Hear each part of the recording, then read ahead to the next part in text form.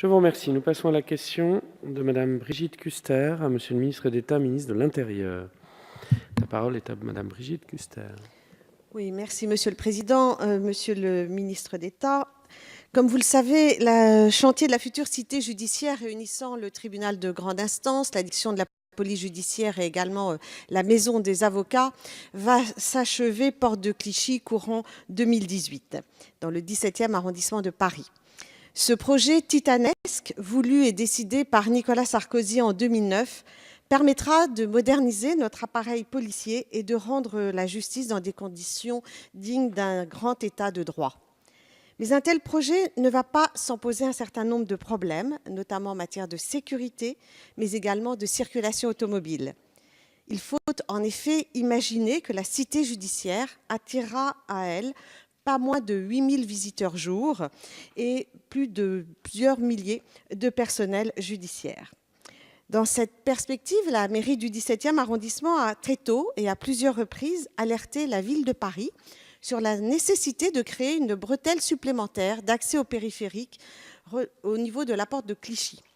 Demande soutenue depuis et relayée comme une priorité par la mairie de Clichy et le département des Hauts-de-Seine.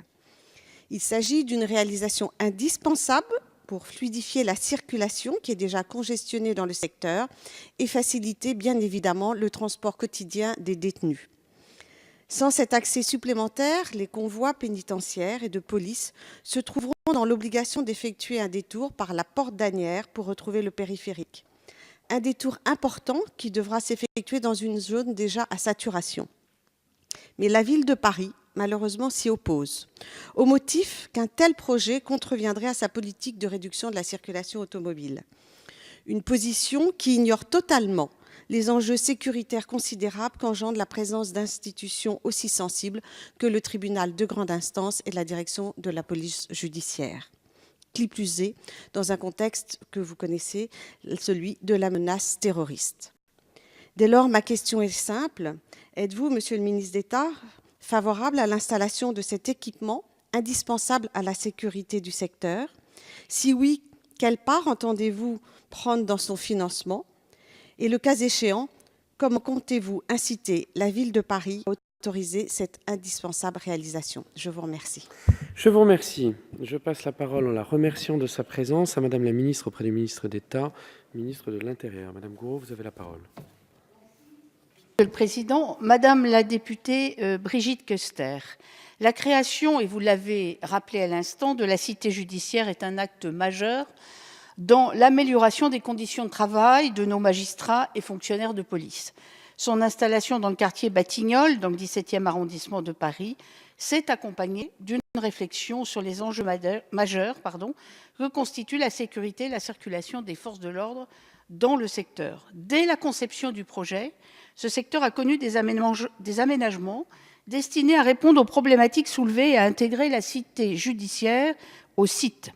Le déploiement d'un nouveau plan de circulation prenant en compte la circulation des véhicules des forces de l'ordre est prévu dès l'achèvement des travaux de voirie qui sont en cours dans le secteur de la ZAC Batignolles à cette fin.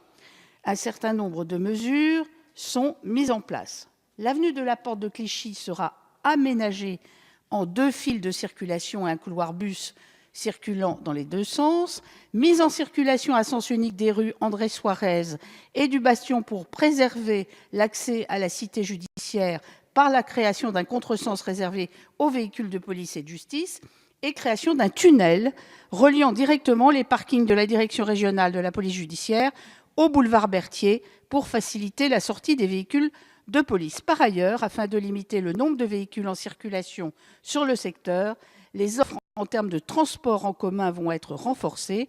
On peut citer la ligne T3 du tramway, le prolongement de la ligne 14 du métro, ainsi que le nouveau plan de bus. Enfin, concernant la création d'un accès direct au périphérique extérieur au niveau de la porte de Clichy, que vous mentionniez, il pourrait apporter une souplesse supplémentaire à l'ensemble des voies du secteur et bénéficier à la cité judiciaire qui disposerait ainsi d'une alternative supplémentaire aux itinéraires et convois vers l'ouest et le sud parisien. Cet accès permettrait aussi aux véhicules en provenance de la banlieue et de la commune riveraine de Clichy-la-Garenne de bénéficier d'un accès direct au boulevard périphérique extérieur sans avoir l'obligation de se rabattre sur l'accès de la porte d'Asnières, qui est 800 mètres plus loin.